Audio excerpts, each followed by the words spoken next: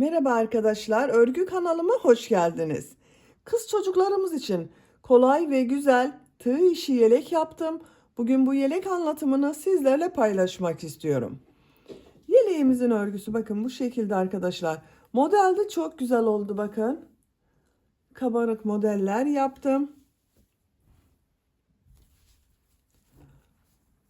Yakadan düğmeli yaptım. Yaka bölümünün buraya 3 düğme iliği yaptım. Karşısına düğmeler diktim. Siz tercihinize göre bunu 5-6 düğmeli olarak yapabilirsiniz.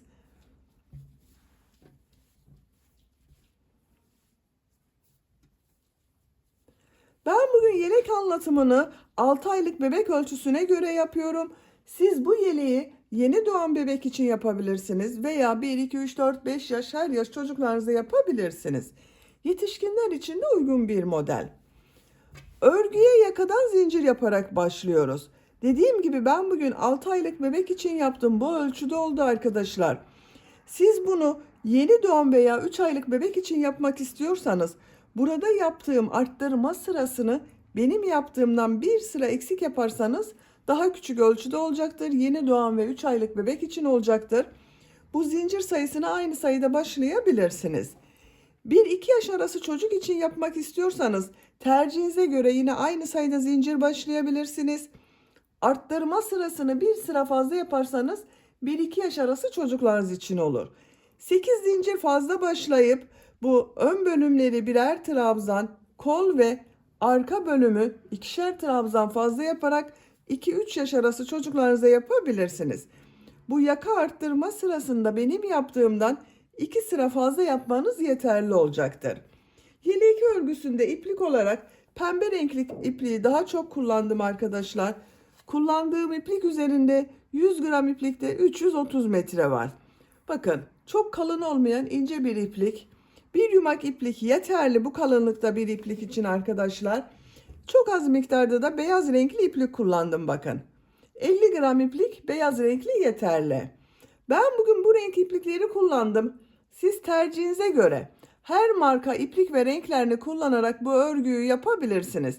Buradan iplik markası söylememiz yasak arkadaşlar. Tercihinize göre her marka bebek ipliğini kullanabilirsiniz. Her renk iplik ile çok güzel oluyor. Tığ olarak 5 numara 3 milimetre tığ kullandım. Benim elim sıkı değil. Bakın bütün yaptığım örgüler yumuşak oluyor. Sizin eliniz sıkıysa 3,5-4 milimetre tığ kullanırsanız çok daha güzel olur.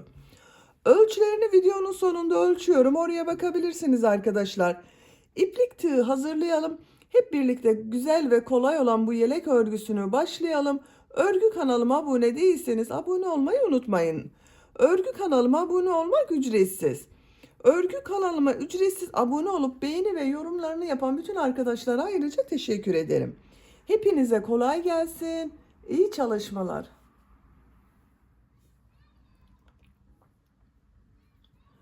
Örgüye yakadan zincir yaparak başlıyoruz. İlk ilmeği ben bu şekilde yapıyorum. Zincirleri yapmaya başlıyorum. Çok sıkı zincirler yapmıyorum. 71 zincir yapalım. 71 zincir yaptım. Çok sıkı zincirler yapmadım. Bu 71 zincirin kaç santimetre olduğunu ölçüyorum.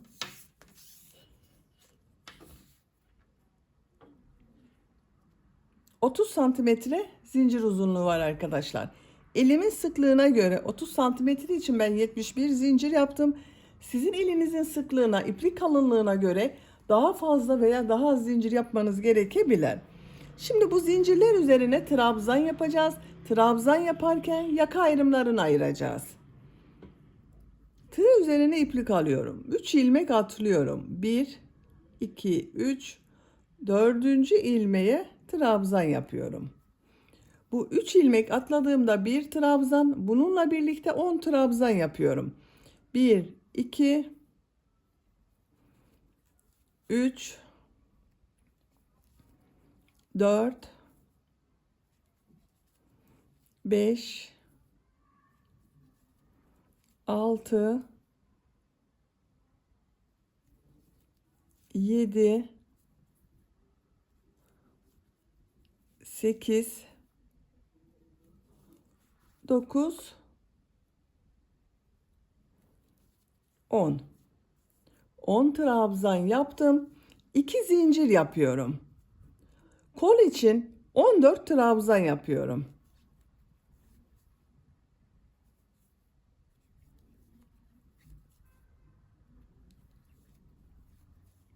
14 trabzanı yapalım.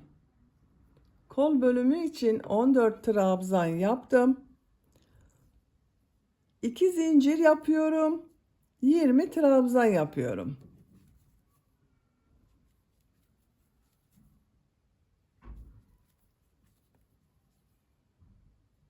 Yirmi trabzanı yapalım. 20 trabzan yaptım. 2 zincir yapıyorum.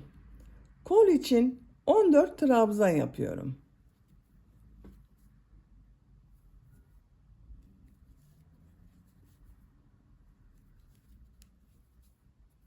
On dört trabzanı yapalım.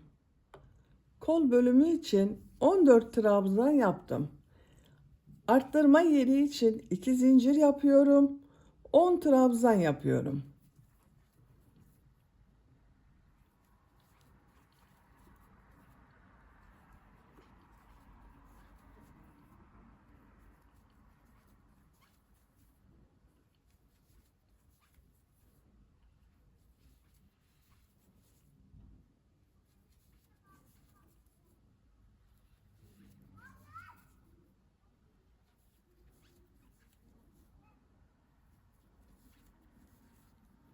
On trabzan yaptım. Bu sırada bakın yaka ayrımlarını yaptım. 10'ar trabzan yaptım. Kol bölümleri için 14 trabzan yaptım. Buraya da 2 bölümün toplamı olan 20 trabzan yaptım. Santimetre olarak tekrar ölçüyorum.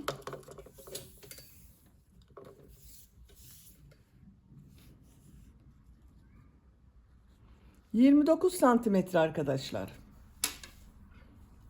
İkinci sıradayım. Bir zincir yapıyorum. Örgüyü çeviriyorum. İlk ilmeğe trabzan yapıyorum. 10 trabzan yapıyorum.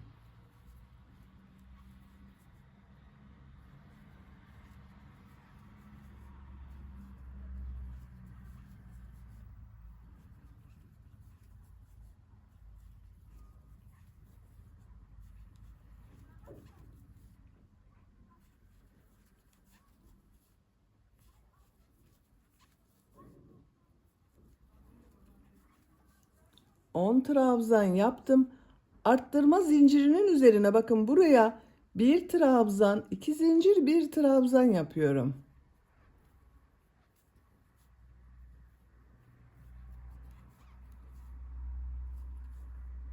On dört trabzan yapıyorum.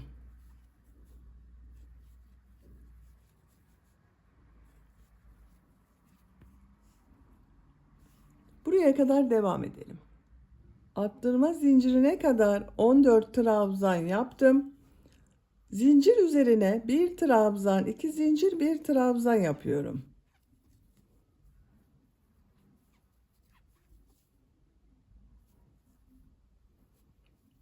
Yirmi trabzan yapıyorum. Bakın kol bölümünde arkadaşlar bir arttırma burada oldu. Bir arttırma burada oldu. Toplam 16 trabzan oldu. 20 trabzanı yapalım. 20 trabzan yaptım. Zincir üzerine bir trabzan, iki zincir, bir trabzan yapıyorum.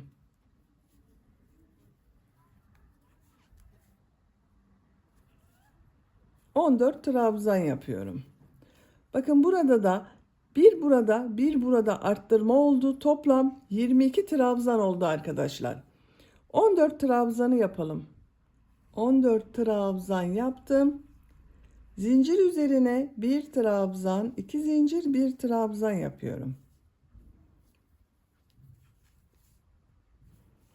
10 trabzan yapıyorum.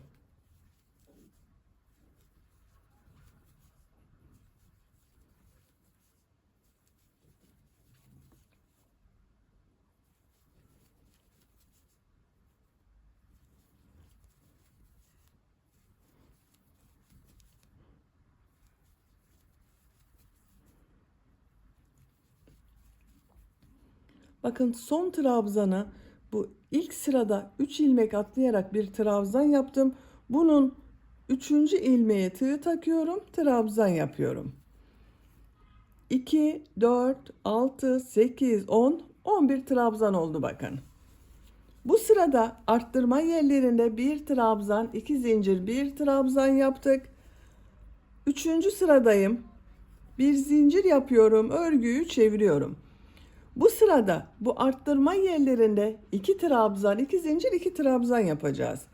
Arttırmalar bu şekilde devam edecek arkadaşlar. Bir sırada bu sırada yaptığımız gibi bir trabzan, 2 zincir, bir trabzan yapacağız. Bir sonraki sırada 2 trabzan, 2 zincir, 2 trabzan yapacağız.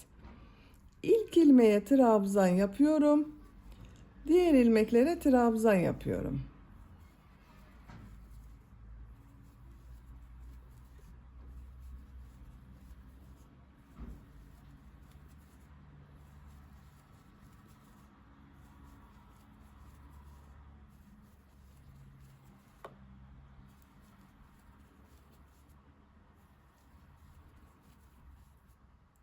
Zincir üzerine 2 trabzan, 2 zincir, 2 trabzan yapıyorum.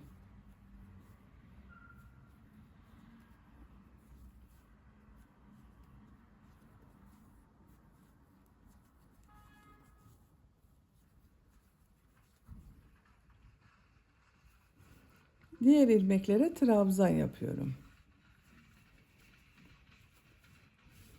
Buraya kadar devam edelim. Arttırma zincirine kadar trabzan yaptım. Zincir üzerine 2 trabzan, 2 zincir, 2 trabzan yapıyorum.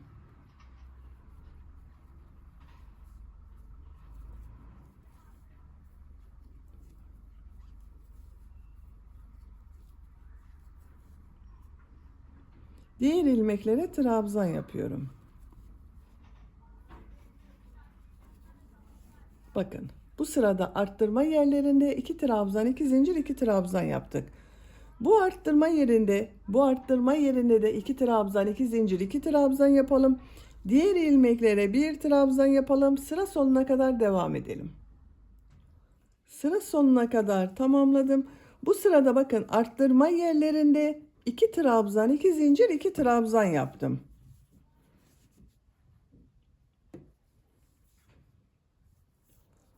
Dördüncü sıradayım. Bir zincir yapıyorum, örgüyü çeviriyorum.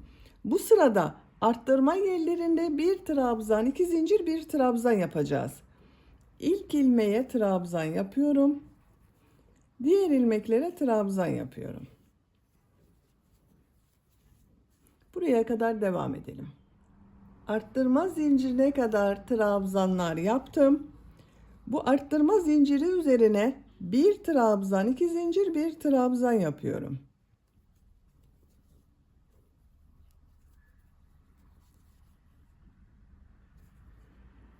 Diğer ilmeklere trabzan yapıyorum.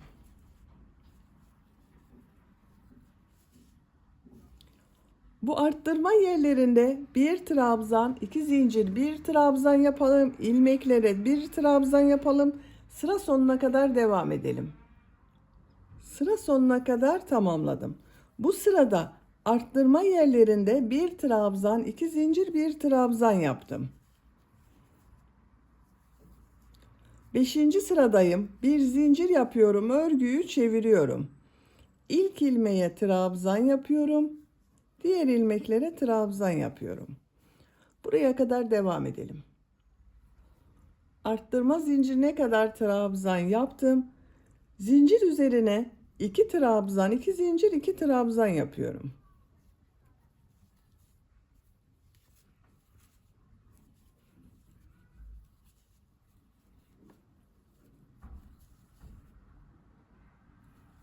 Diğer ilmeklere trabzan yapıyorum. Arttırma yerlerine 2 trabzan, 2 zincir, 2 trabzan yapalım. Sıra sonuna kadar devam edelim.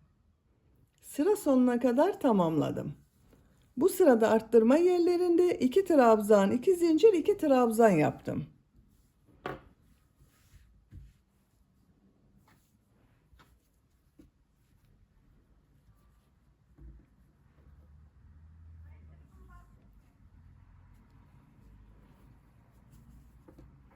Robanın örgüsü bu şekilde devam edecek arkadaşlar.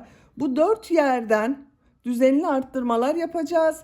Bir sırada bir trabzan, 2 zincir, bir trabzan, ikinci sırada 2 trabzan, 2 zincir, 2 trabzan şeklinde arttırma yapıyoruz. Yapacak olduğunuz çocuğun büyüklüğüne göre bu 4 yerden arttırmalar yaparak roba örgüsünü tamamlayalım. Roba örgüsünü bu 4 yerden düzenli arttırmalar yaparak yapacağım ölçüye göre tamamladım. 1, 2, 3, 4, 5, 6, 7, 8, 9, 10 sıra yaptım. Santimetre olarak ölçüyorum. 9 santimetre yükseklik var. Siz biraz büyük yapmak istiyorsanız 1 veya 2 sıra arttırmalara devam edebilirsiniz. Ben arttırmayı burada bitiriyorum. 11. sırada kol ve gövde bölümünü birbirinden ayırıyorum.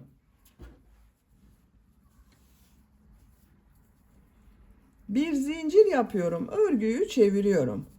İlk ilmeğe trabzan yapıyorum. Trabzan sırası yapıyoruz.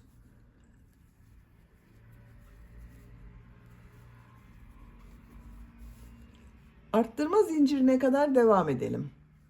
Arttırma zincirine kadar trabzan yaptım. Zincir üzerine 2 trabzan yapıyorum.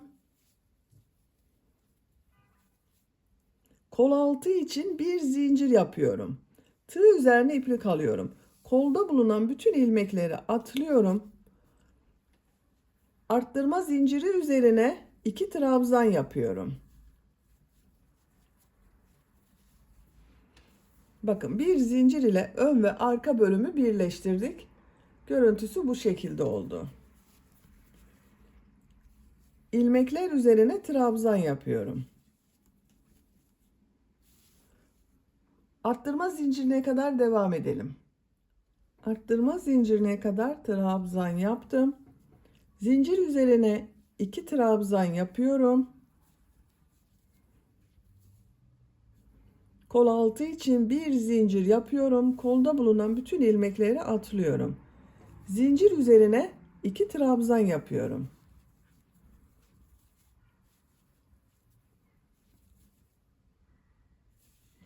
Diğer ilmeklere trabzan yaparak devam ediyorum. Sıra sonuna kadar devam edelim. Sıra sonuna kadar tamamladım. Bu sırada bakın kol bölümünü gövde bölümünden ayırdım. Kol altında bir zincir ile ön ve arka bölümleri birleştirdim.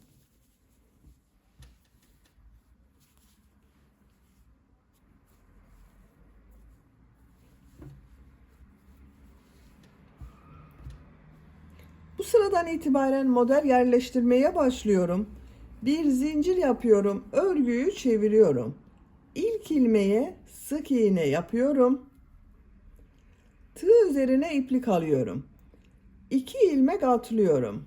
Bu ilmeğe 5 trabzan yapıyorum. Aynı ilmek içine 5 trabzan yapıyorum.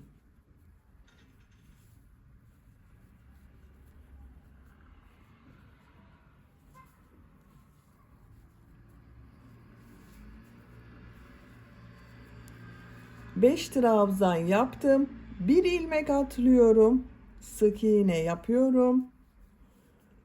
Bir ilmek atlıyorum. 5 trabzan yapıyorum.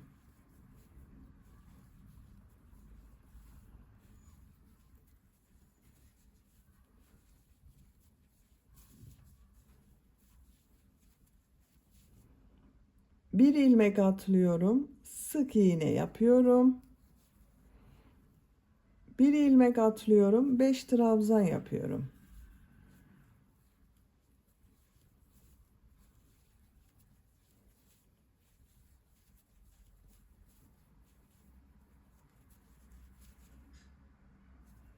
Bir ilmek atlıyorum. Sık iğne yapıyorum. Bakın bu şekilde oluyor. Bir ilmeğe 5 trabzan yapıyoruz. Bir ilmek atlıyoruz. Sık iğne yapıyoruz. Bir ilmek atlıyoruz. Tekrar aynı ilmeğe 5 trabzan yapıyoruz. Sıra sonuna kadar devam edelim. Modelleri sıra sonuna kadar yaptım. Sıra sonunda 3 ilmek var. 2 ilmek atlıyorum. Sık iğne yapıyorum. Sıra başında sık iğne ile başladım. Sıra sonunda sık iğne ile bitirdim.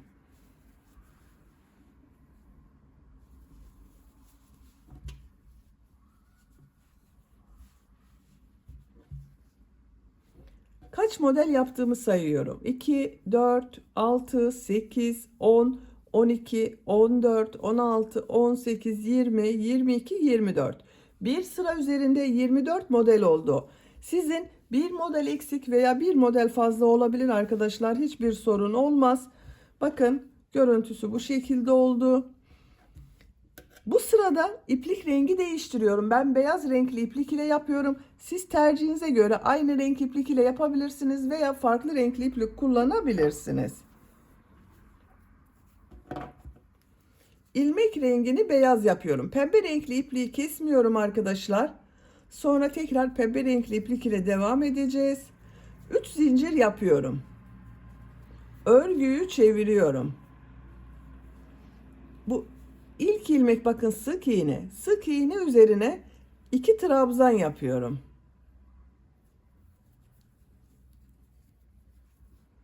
3 zincir ile birlikte bakın 3 trabzan oldu.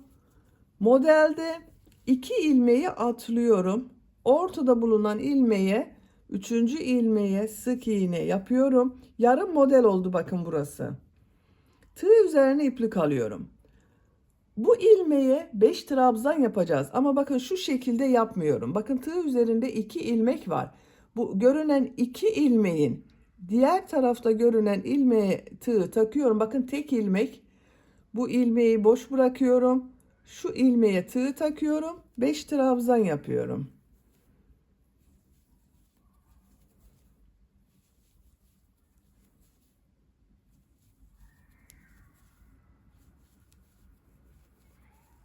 Aynı ilmeğe bakın 5 trabzan yaptım. 2 ilmek atlıyorum. Sık iğne yapıyorum.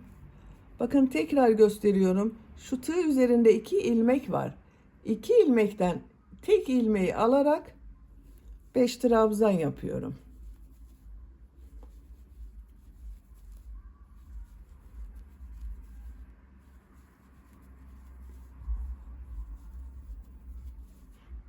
İki ilmek atlıyorum. Sık iğne yapıyorum.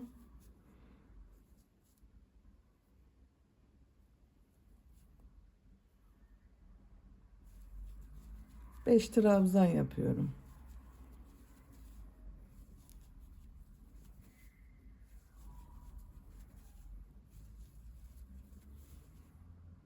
İki ilmek atlıyorum. Sık iğne yapıyorum. Bakın ilmekten alarak yaptığımız için burada kabarık bir görüntü elde ediyoruz arkadaşlar. Sıra sonuna kadar devam edelim. Sıra sonuna kadar tamamladım. Son modelde bakın model üzerine sık iğne yaptım. Bu sık iğne üzerine 3 trabzan yapıyorum.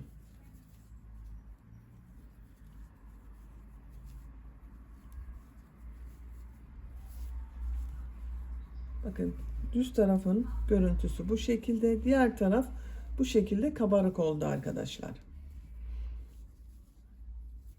Bir zincir yapıyorum. Örgüyü çeviriyorum. Bu ilk ilmeğe sık iğne yapıyorum. Yine ilmekten alarak bakın şu sık iğne üzerinde ilmekten alarak 5 trabzan yapıyorum.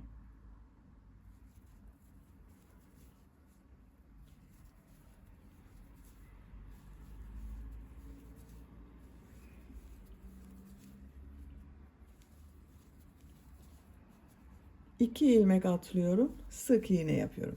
Bakın arkadaşlar şu bir ilmek boşlukta kalıyor. Şu boşlukta kalıyor. Bunu boş bırakıyoruz.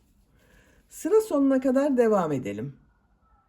Sıra sonuna kadar modelleri yaptım. Bakın son modeli de bu sık iğneden ilmek alarak yaptım. Şu 3 zincir yaparak bir trabzan yaptım. Buna sık iğne yapacağız. Bakın şu şekilde tığ takıyorum 3. ilmeğe. İpliği üst sıraya alıyorum. Pembe renkli ipliği burada bekletiyordum. Şu şekilde tığ üzerine alıyorum. Sık iğne yapıyorum. Burada tekrar iplik rengi değiştiriyorum. Beyaz renkli ipliği bekletiyorum. Pembe renkli iplik ile devam ediyorum. 3 zincir yapıyorum. Örgüyü çeviriyorum. Sık iğne üzerine 2 trabzan yapıyorum. 2 ilmek atlıyorum. Sık iğne yapıyorum. 2 ilmek atlıyorum. Bakın ilmekten alarak yine 5 trabzan yapıyorum.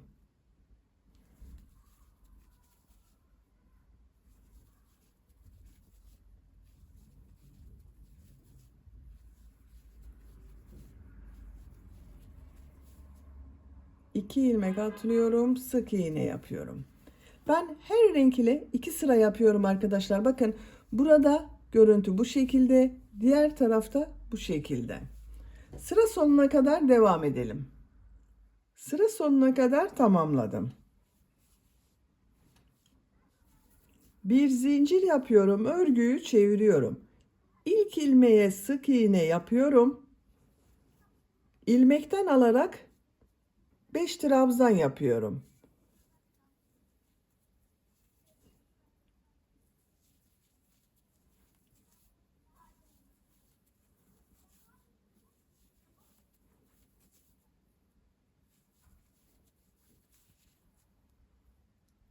İki ilmek atlıyorum. Sık iğne yapıyorum. İlmekten alıyorum. 5 trabzan yapıyorum.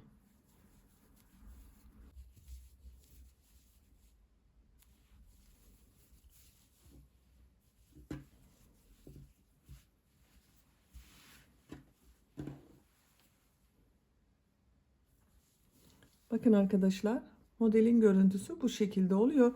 Ben iki renkli yapıyorum. Siz tercihinize göre daha fazla renk kullanabilirsiniz veya tek renk yapabilirsiniz. Model sırasını tekrarlayarak yapacak olduğunuz çocuğun büyüklüğüne göre gövde örgüsünü tamamlayalım.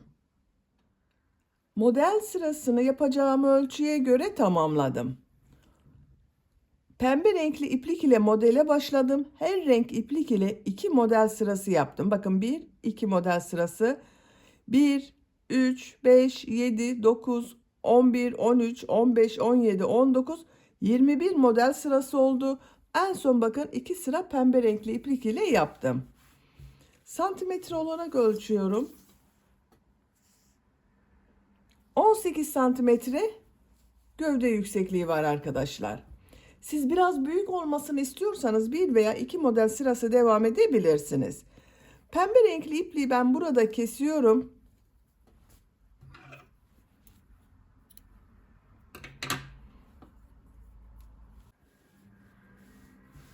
Şimdi ön patları yapacağız arkadaşlar. İlk önce bakın bu ön pata 2 sıra sık iğne yapıyorum. Yaka başlangıcından başlıyorum. Bakın şu ilk ilmeğe bir ilmek yapıyorum. Sık iğne yapıyorum. Her trabzan sırasına 2 sık iğne olacak şekilde yapıyorum. Sıra sonuna kadar devam edelim. Sıra sonuna kadar sık iğne yaptım. Bir zincir yapıyorum, örgüyü çeviriyorum, sık iğne sırası yapıyorum.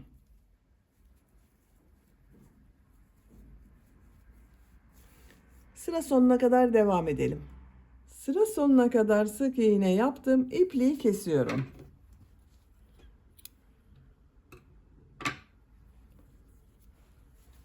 Bakın arkadaşlar, bu ön bölümde 2 sıra sık iğne yaptım. Diğer ön patta da sık iğne yapacağız. Buradan başlıyorum bakın. Şu ilmekten ilmek yapıyorum. Sık iğne sırası yapıyoruz yine.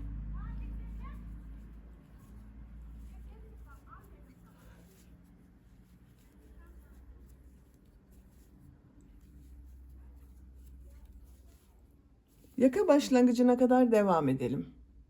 Sıra sonuna kadar sık iğne yaptım. Şimdi tekrar sık iğne yapacağız arkadaşlar. Bu sık iğneyi yaparken yaka bölümünün buraya ben 3 düğme iliği yapıyorum. Siz tercihinize göre tamamını düğmeli yapabilirsiniz. Ben sadece yaka bölümünün buraya 3 düğme iliği yapıyorum. Bakın ilk düğme iliğini bu yaka başlangıcına,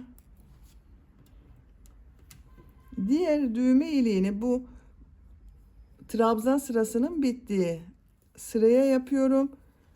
Üçüncü düğme iliğini ikisinin bakın ortalıyorum şu şekilde.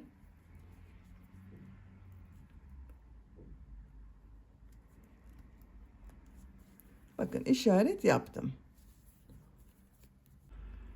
Bir zincir yapıyorum. Örgüyü çeviriyorum. İlk ilmeğe sık iğne yapıyorum. Düğme iliği için 2 zincir yapıyorum. 2 ilmek atlıyorum. Sık iğne yapıyorum. Bu zincir sayısı dikeceğiniz düğmenin büyüklüğüne göre değişir arkadaşlar. Ben bakın bu şekilde ince bir düğme kullanıyorum. Bunun geçeceği kadar oldu. Siz biraz büyük düğme kullanıyorsanız 3 zincir yapabilirsiniz.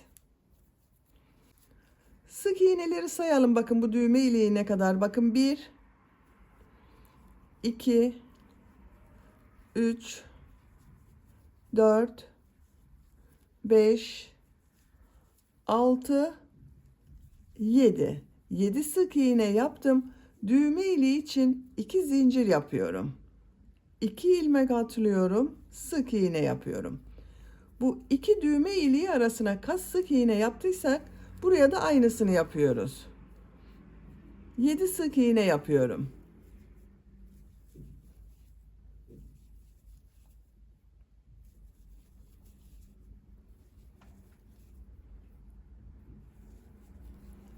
Yedi sık iğne yaptım. Düğme iliği için 2 zincir yapıyorum. 2 ilmek atlıyorum. Sık iğne yapıyorum. Sık iğne yaparak devam ediyorum. Siz daha fazla düğme yapmak istiyorsanız bu şekilde düğme ilikleri yaparak devam edebilirsiniz. Sıra sonuna kadar devam edelim. Sıra sonuna kadar tamamladım. Bakın yaka bölümünün buraya 3 düğme iliği yaptım arkadaşlar.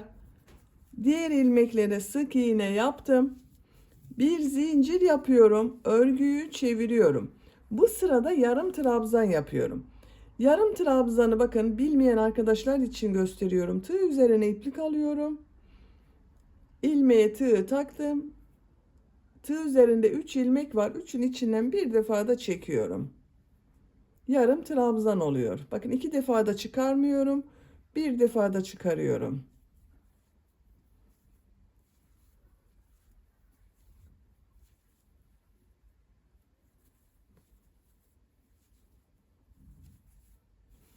Düğme iliğine kadar devam edelim.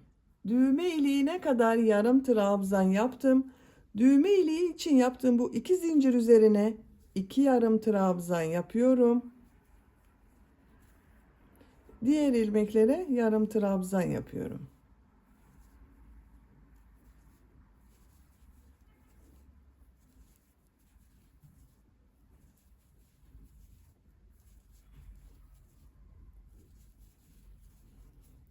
İki yarım trabzan yapıyorum.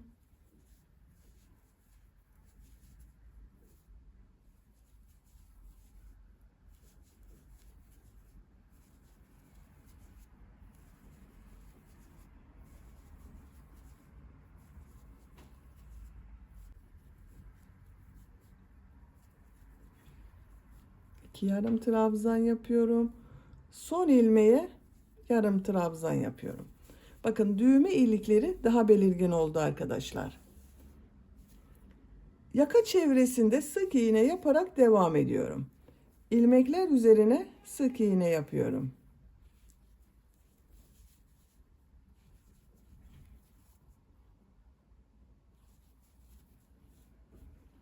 Buraya kadar devam edelim. Yaka çevresinde sık iğne yaparak bakın buraya kadar tamamladım. Bu ön patta da yarım trabzan yaparak devam ediyorum.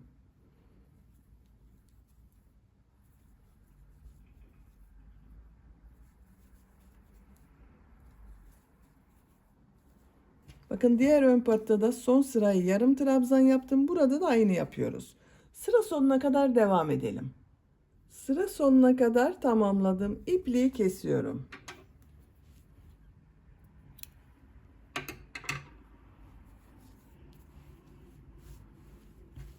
Bakın arkadaşlar ön patları bitirdik.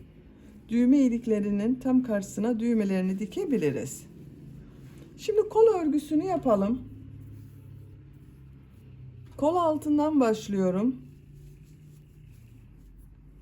Şu ilmeğe ipliği bağlıyorum.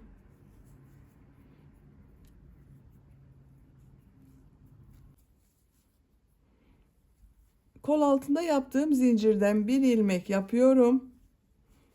Bu arttırma yerine bir trabzan yapıyorum. Diğer ilmeklere trabzan yapıyorum. Trabzan sırası yapıyoruz. Sıra sonuna kadar devam edelim. Sıra sonuna kadar tamamladım.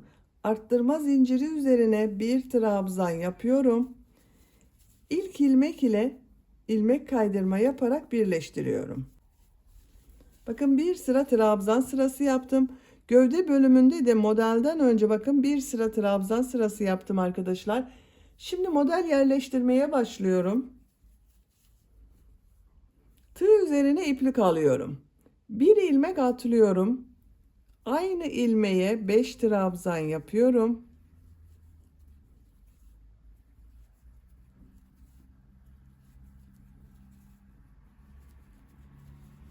Bir ilmek atlıyorum. Sık iğne yapıyorum. Bir ilmek atlıyorum. 5 trabzan yapıyorum.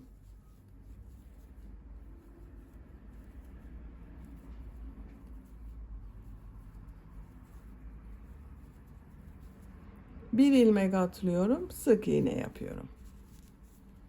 Sıra sonuna kadar devam edelim. Sıra sonuna kadar tamamladım. Sıra sonunda 2 ilmek kaldı. 2 ilmeği atlıyorum. İlk ilmek ile ilmek kaydırma yaparak birleştiriyorum. İpliği kesiyorum.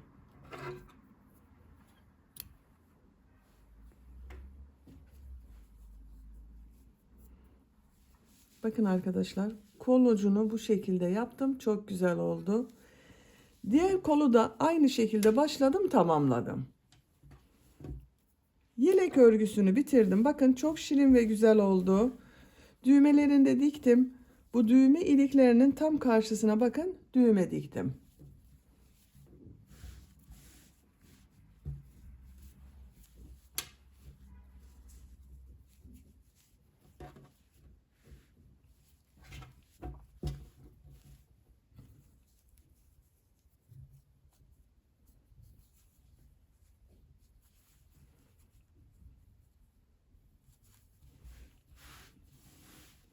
Bitmiş olarak ölçülerini söylüyorum.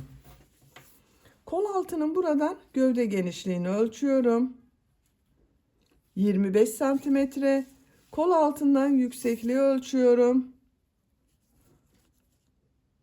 19 santimetre. Omuzdan yüksekliği ölçüyorum. 29 santimetre. Ben bugün 6 aylık bebek için yaptım. Bakın bu şekilde oldu. Bebeğiniz kilolu bir bebekse 3 aylık bebeği olur arkadaşlar. Beni dinlediğiniz ve izlediğiniz için hepinize çok teşekkür ederim. Örgü kanalıma abone değilseniz abone olmayı unutmayın lütfen. Sizlerle yeni örgülerde görüşmek dileğiyle. Hoşça kalın, sevgiyle kalın.